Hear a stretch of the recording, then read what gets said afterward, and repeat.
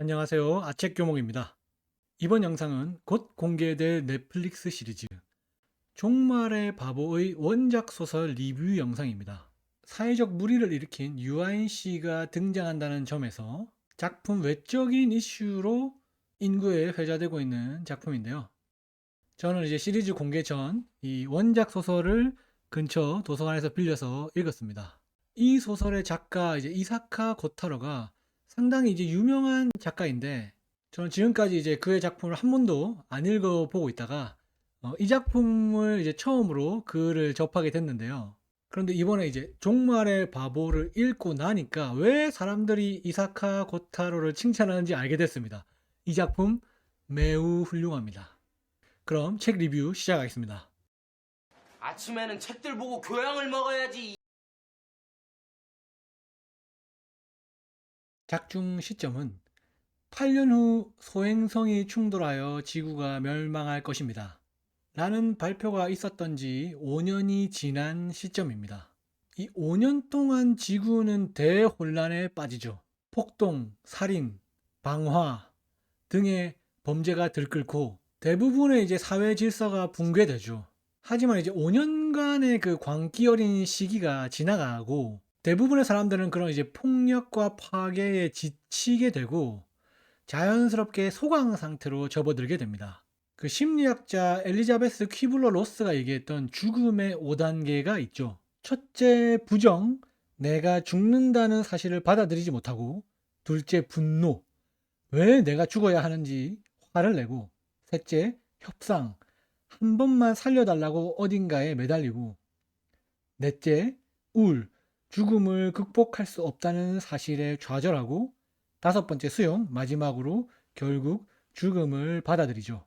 즉, 이제 작중에서 다루는 시기는 사람들이 부정이나 그 분노의 시기에서 자신과 타인에게 해코지 하던 그 시기가 이제 어느 정도 지나고 대부분의 사람들이 이제 4단계 우울이나 5단계 수용 단계에 있는 시기입니다. 그래서 대부분의 이런 그 지구 종말을 다룬 작품과는 다르게 막 엄청난 폭력, 파괴, 액션 이런 거는 이제 등장하지 않아요. 특이하죠.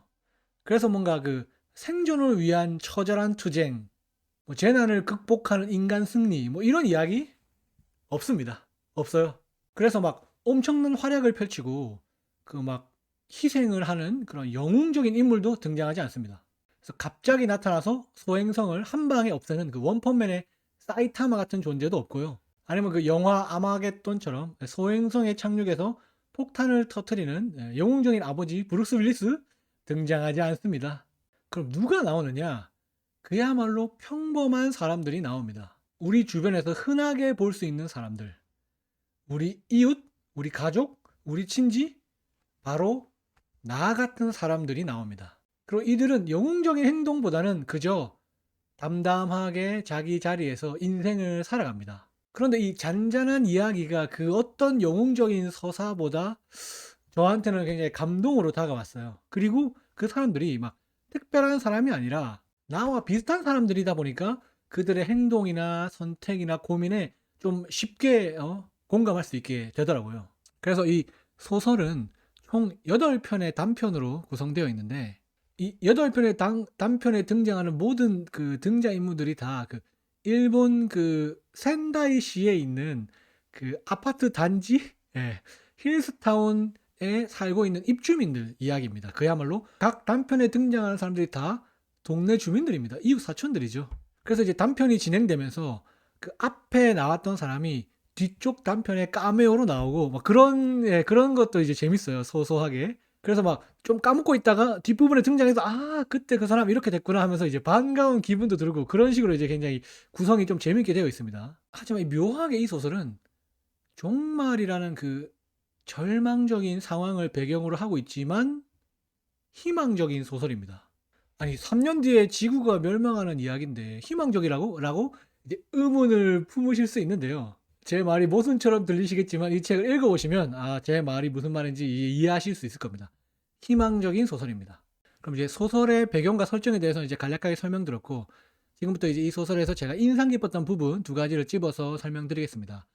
지금까지는 이제 스포일러가 없는 리뷰였는데요. 이 다음부터는 굉장히 스포일러가 가득 담겨 있으니까 참고하시기 바랍니다. 저는 이제 이 책에 등장하는 8편의 단편 중에서 그 두 번째 단편, 그 태양의 딱지가 가장 인상 깊었습니다. 태양의 딱지에는 그 연상연하 커플 사쿠라바 부부가 나오는데요. 원래 이 부부는 이제 아이를 간절하게 원하고 있었지만 그 남편의 정자에 문제가 있어서 그 아이 갖는 것을 포기하고 이제 그냥 살고 있었는데요. 그런데 이제 공교롭게도 종말을 3년 앞둔 이 시기에 아내 미사키가 임신을 하게 됩니다. 그 남편 후지오는 깊은 고민에 빠지죠. 왜냐하면 이 아이가 태어나도 채 3년을 채우지 못하고 이제 지구 멸망을 맞이하니까요. 어려운 문제죠. 여러분이라면 어떻게 하시겠습니까? 아이를 낳을 건가요? 아니면 아이를 낳지 않을 건가요? 이제 작중에 이제 우유부단한 게 캐릭터인 이 남편은 결국 아이를 낳는 것으로 결정합니다. 그 3년도 살지 못하고 이제 종말을 맞이하게 될 아이에 대한 이제 미안한 마음 그리고 책임감 때문에 굉장히 망설였는데 하지만 결국 그는 이제 행복에 포커스를 맞추고 결정을 하게 됩니다. 즉 남은 시간이 얼마인가 보다는 그 남아있는 시간을 어떻게 행복하게 살 것인가에 초점을 맞추고 생각을 하니까 아이가 있는 게 훨씬 더 행복할 것 같다. 그리고 내가 3년 동안 책임지고 아이를 행복하게 해주겠다라는 다짐을 하면서 그런 결정을 내리게 되죠.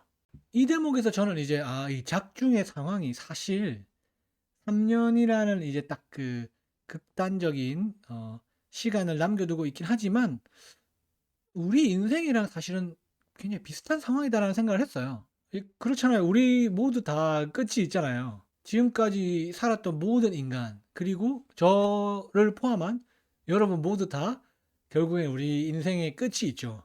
그래서 이제 어떤 사람들은 어차피 뭐 죽을 인생하고 염세주의나 아니면 허무주의에 빠지는 경우도 있는데, 하지만 대부분의 사람들은 우리는 계속 살아가지 않습니까? 왜냐? 나를 위해서, 그리고 내 주변 사람들을 위해서. 그래서 이 두 번째 단편 태양의 딱지를 보면서 언제까지 사느냐보다 어떻게 사느냐가 더 중요하다라는 이제 메시지를 저는 이제 좀 책에서 뽑아냈고요. 반대로 종말을 기다리는, 그야말로 끝이 있으니 끝만 바라보고 사는 인생은 너무 허무하겠다, 의미가 없겠다라는 생각을 이제 했어요. 그리고 이제 이 주인공이 그런 결정을 하는데 그 큰 영향을 끼친 친구가 있어요. 그 친구의 이야기도 뭔가 생각을 굉장히 많이 하게 되는 이야기입니다. 그래서 친구는 부부가 있는데 이제 그 부부가 발달장애 아이인 것 같아요. 그 아이를 이제 키우면서 그런 걱정이 있었던 거죠. 이 아이를 우리 부부가 이제 케어하면서 잘 크고 있지만 만약에 우리 부부가 먼저 죽으면 이 아이는 어떻게 될까에 대한 공포와 두려움이 있었는데 종말이 정해졌잖아요. 3년 뒤라는. 그게 오히려 그 부부는 고마웠다, 반가웠다라는 표현을 합니다. 그 대목에서 뭔가 약간 띵 하면서도 그렇지, 또 이렇게 생각할 수도 있겠구나라고 이제 납득도 하게 됐고요. 그래서 그런 뭔가 이 삶을 대하는 태도에 있어서 굉장히 깊은 생각을 하게 만들어주는 대목이었고, 그래서 저는 8개 단편 중에서 태양의 딱지, 이게 뭔가 두 번째 단편 다 읽고 세 번째 단편으로 쉽게 넘어가지 못하고 한참을 이제 책을 펼쳐놓고 좀 생각을 많이 했던 것 같습니다. 네, 두 번째로 이제 언급하고 싶은 단편은 7번째 단편인 연극의 노입니다. 이 주인공 리리코는 이제 연기자가 원래 꿈이었는데 그 꿈을 포기하고 고향 센다이로 돌아옵니다. 그리고 거기서 그녀는 이제 가족을 잃은 다양한 사람들을 만나고 그 연기자의 재능을 활용해서 그분들에게 각자 필요로 하는 가족 역할을 해줍니다. 예를 들어서 아들 부부와 손녀를 잃은 그 할머니한테는 손녀딸인 것처럼 가서 이제 상호작용을 하고요.